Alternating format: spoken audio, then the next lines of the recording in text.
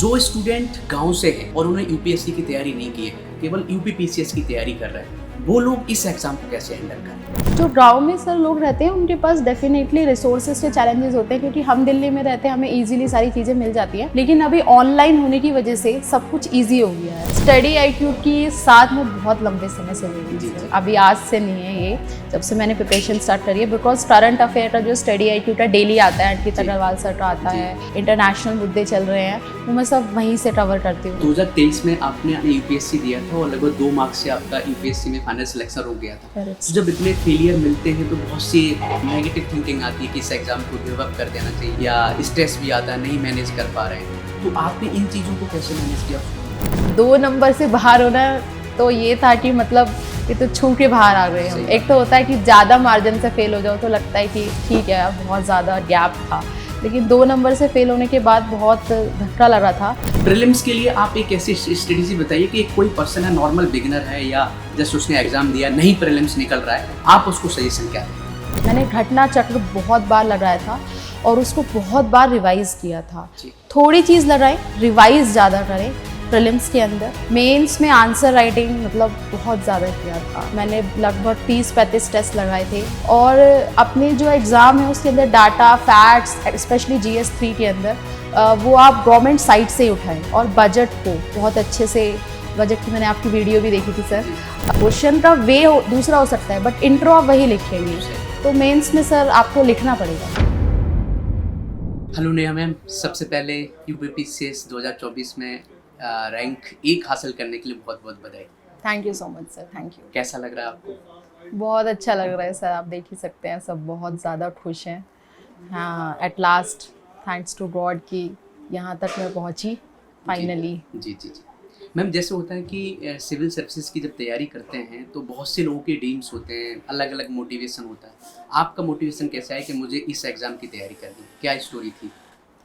Sir story ये थी कि सर मुझे हमेशा ये लगता था कि मुझे गवर्नमेंट के काम को समझना है कि आखिर का काम होता कैसे है, कि मतलब क्या चैलेंजेस होते हैं। जब भी हम देखते हैं कि कोई भी पॉलिसी आती है, हमें लगता है कि पता नहीं सरकार की ये कमी रही होगी, ये ऐसे क्यों नहीं इम्प्लीमेंट हुआ, लेकिन धरातल पर जब हम उसको काम करते हैं तो अलग तरह के चैलेंजेस होते हैं। एक क्यूरियोसिटी रहती थी कि काम होता कैसे है। तो सर वहाँ से मैंने सोचा था कि मुझे सिविल सर्विसेज में जाना है। और रैंक 2 उस टाइम अनु कुमारी मैम थी, वो भी मेरी मोटिवेशन थी, क्योंकि मैंने अपनी पढ़ाई जो है वो शादी के बाद स्टार्ट करी है। तो वहाँ से वो सब मोटिवेशन इकट्ठा करके सर खुद को स्टार्ट किया।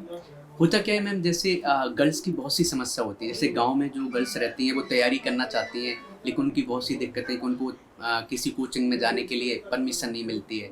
यहाँ जैसे हम आपकी बात करें कि आपने मैरिज करने के बाद तैयारी स्टार्ट की है और एक बच्ची भी आपकी 8 साल की, तो इतनी चीज़ें मैनेज करके आपने कैसे सिलेक्शन लिया? थोड़ा आप बताइए कि चीज़ें, पढ़ाई भी मैनेज करना, फैमिली भी मैनेज करना, स्ट्रेस भी मैनेज करना, इतनी सब हर चीज़ को कैसे मैनेज किया आपने? डेफिनेटली सर डिफ़िकल्ट तो होता है, क्योंकि आपको ये जो पढ़ाई है ये समय मांगती है।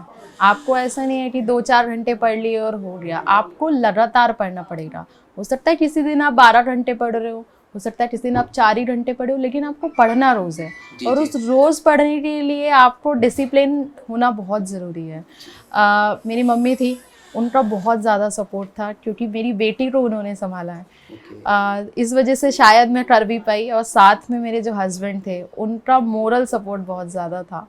बिकॉज कई बार इतनी लंबी जर्नी में क्या होता है कि आप जब फेलियर्स देखते हैं आपको लगता है कि शायद ये लास्ट है, अब नहीं हो पाएगा मुझसे, लेकिन वहीं कोई आपको आके ऐसे बोल दे कि अरे नहीं होगा, हम हैं ना पीछे खड़े, कोई दिक्कत नहीं है, करो आगे, तो लगता है कि ठीक है यार कर लेते हैं। जी जी। तो फैमिली का बहुत बड़ा सपोर्ट था सर मेरे साथ। मतलब आप बोल सकते हैं कि आप किसी बड़े एग्जाम को निकालना है तो फैमिली का एक सपोर्ट तो चाहिए। हाँ सर बिल्कुल, मेंटल सपोर्ट के लिए आप पढ़ाई कर रहे हैं, लेकिन जब आप डाउन होते हैं तो आपको आपकी फैमिली चाहिए। सही बात है।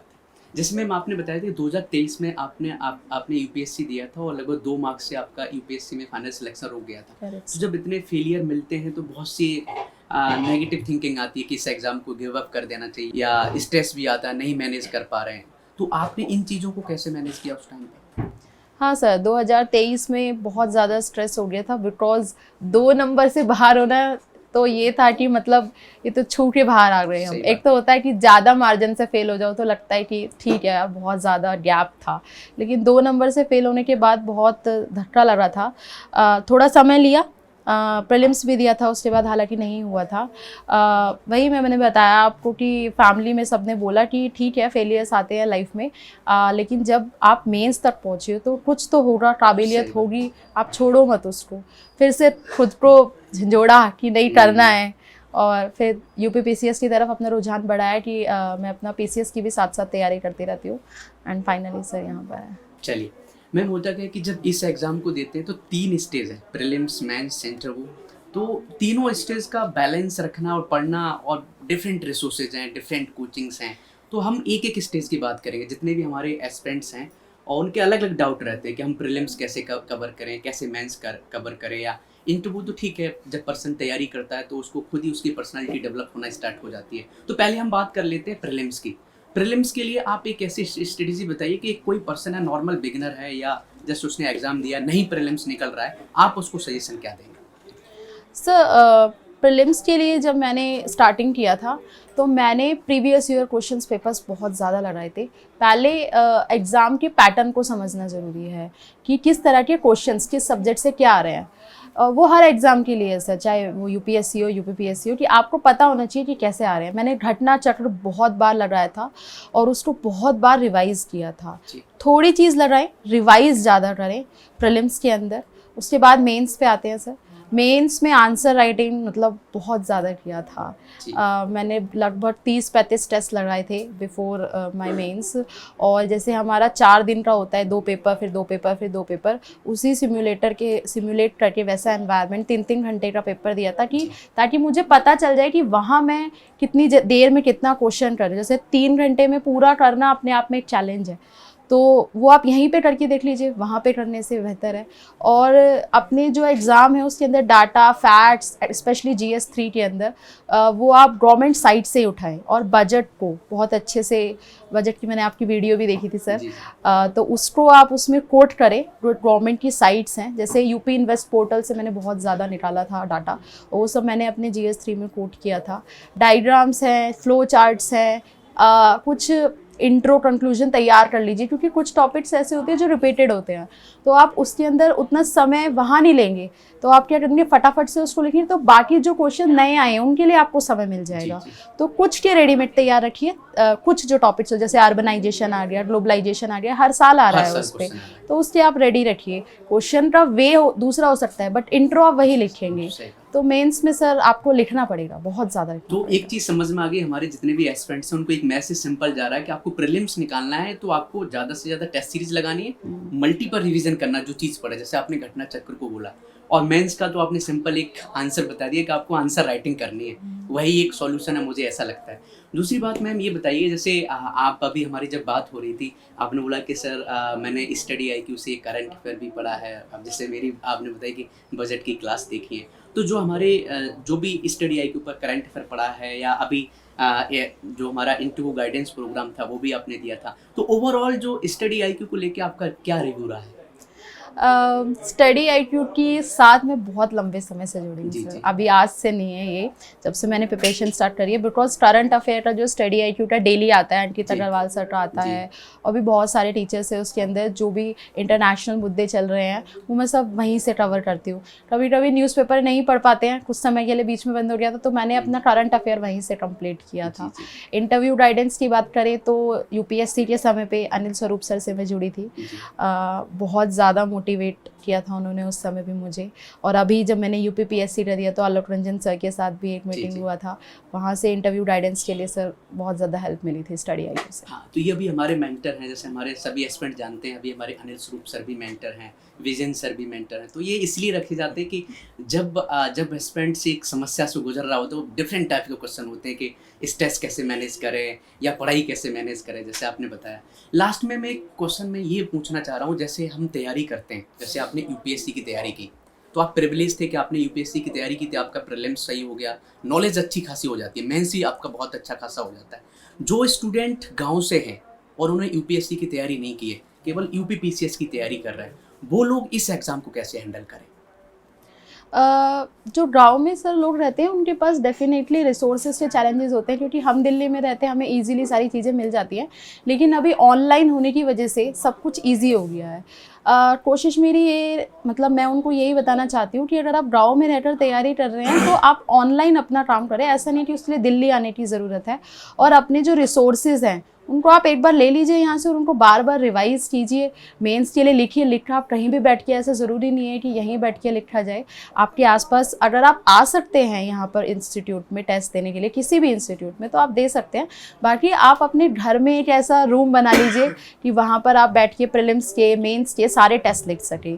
तो उसको एक चैलेंज ना माने। चाहे हर किसी की लाइफ में सर डिफरेंट चैलेंजेस है। मेरे पास मैरिज वाले चैलेंजेस हैं, उनके पास हो सकता है कि रूरल एरियाज़ में रह रहे हैं वो। तो आपको सोल्यूशन निकालना पड़ेगा, सोल्यूशन खुद से ही निकलेगा। अब जैसे मेरी सिस्टर है, वो यूपीपीएससी की तैयारी करती है। कई बार उसने मुझसे बोला कि मुझे दिल्ली आना है, बिना दिल्ली आके तैयारी नहीं कर पाएंगे। अब हम तो ठीक है, फैकल्टीज़ है, सब चीज़ें समझ में आती हैं, लेकिन गांव के बच्चे को समझ में नहीं आते कि मुझे ऑफलाइन ही कोचिंग करनी है। और मुझे ऐसा लगता है कि जब आप चीज़ें देखते हैं कि ऑनलाइन भी किया जा सकता है। आपका क्या मानना है कि ऑनलाइन से फर्स्ट रैंक अचीव की जा सकती है? सर ये कोई ऐसा मूल मंत्र नहीं है कि क्या ऑनलाइन से ही की जा सकती है, क्या ऑफलाइन से ही। सबसे पहले तो आपको दृढ़ निश्चय होना पड़ेगा कि करना ही है, उसके बाद आप रिसोर्सेज पे आएंगे। हाँ डेफिनेटली चैलेंजेस आते हैं तो कहीं ना कहीं तैयारी में एक रुकावट सी लगती है, लेकिन अगर आप गांव के अंदर हैं तो आपका बेहतर यही रहेगा। अगर वैसी स्थिति नहीं है कि आप नहीं आ पा रहे हैं शहर में, भाई अगर आपके पास स्थिति है तो आप आइए, ठीक है। आप यहाँ से जो भी रिसोर्सेज है उनको इकट्ठा कीजिए और फिर से अपनी वहाँ पे तैयारी कर लीजिए, क्योंकि सर दिल्ली में रहना बहुत महंगा है। सही बात। हर किसी के पास उतना पैसा नहीं है कि वो दिल्ली में आकर रह सके। तो जो आपके चैलेंजेस हैं उन चैलेंजेस के हिसाब से उनके सोल्यूशन ढूंढिए, क्योंकि चैलेंजेस तो सर आते रहेंगे। आज ये है, कल कुछ और होगा, उसके लिए हमें अपनी तैयारी को नहीं रोकना है। मुझे लगता है मैम, बहुत अच्छी बात आपने बोली। जब हम कोई चीज़ नहीं करते तो हम दूसरों से कंपेयर करते हैं, लगता है कि हम बहुत पीछे रह गए। लेकिन आप सही सिस्टमेटिक तरीके से आप तैयारी करते हैं तो गांव में भी रैंक हासिल की जा सकती है। ऑनलाइन भी हम बहुत अच्छे से कर सकते हैं। जैसे देख रहे हैं कि बहुत से एस्पिरेंट्स ऐसे हैं जिन्होंने सेल्फ स्टडी करके बहुत बेहतर किया। और आपने भी अभी जब बात हो रही थी कि आपने सेल्फ स्टडी किया है, बस गाइडेंस रहा है, टीचर्स का गाइडेंस रहा है, कुछ लोगों से आपने मेंटरशिप ली है, वो अच्छी बात। तो हमारे जितने भी एस्पिरेंट्स हैं, तो एक मैसेज आपको मैम से मिल रहा होगा कि आप घर रह के भी तैयारी कर सकते हैं, सही स्ट्रेटजी के साथ तैयारी कर सकते हैं और सिलेक्शन पा सकते हैं। मैम लास्ट में कुछ ऐसा मैसेज दीजिए हमारे एस्पिरेंट्स के लिए जो उनको एक ओवरऑल जर्नी जो उन्होंने जो भी एक फॉलो किया है, या यूपीएससी की तैयारी कर रहे हैं या यूपीपीएससी कोई भी एग्जाम, सरकारी एग्जाम के लिए बहुत डेडिकेशन चाहिए, तो एक आप मैसेज दीजिए जितने भी हमारे एस्पिरेंट्स हैं उनके लिए। मैसेज सर यही है कि अपने ऊपर विश्वास रखिए। कभी कभी बीच में आपको लगेगा कि नहीं हमसे नहीं हो पा रहा है, सबको लगता है, इट्स नॉर्मल। ये नहीं लग रहा है तो वो अब नॉर्मल है, लेकिन आपको रुकना नहीं है जब तक मंजिल तक ना पहुंच जाए। लगे जब कि नहीं हो पा रहा है तो जिस लिए हमने स्टार्ट किया था वो याद कर लीजिए कि स्टार्ट किस लिए किया था, क्योंकि केवल वीडियोस वाली जो मोटिवेशन होती है वो बहुत टेम्परेरी है सर। जो आपकी अंदर की मोटिवेशन है आपको बार बार उसे ही याद करना पड़ेगा, तभी आप इतनी लंबी जर्नी को, वैसे तो मैं हमेशा चाहूँगी कि फर्स्ट अटेम्प्ट में ही हो जाए लोगों का, बिकॉज काफ़ी स्ट्रेसफुल होती है जितनी लंबी होती जाती है जर्नी। लेकिन अगर लंबी जर्नी हो रही है तो अपना सेल्फ मोटिवेशन रखिए और हो जाएगा, आप लगे रहिए बस।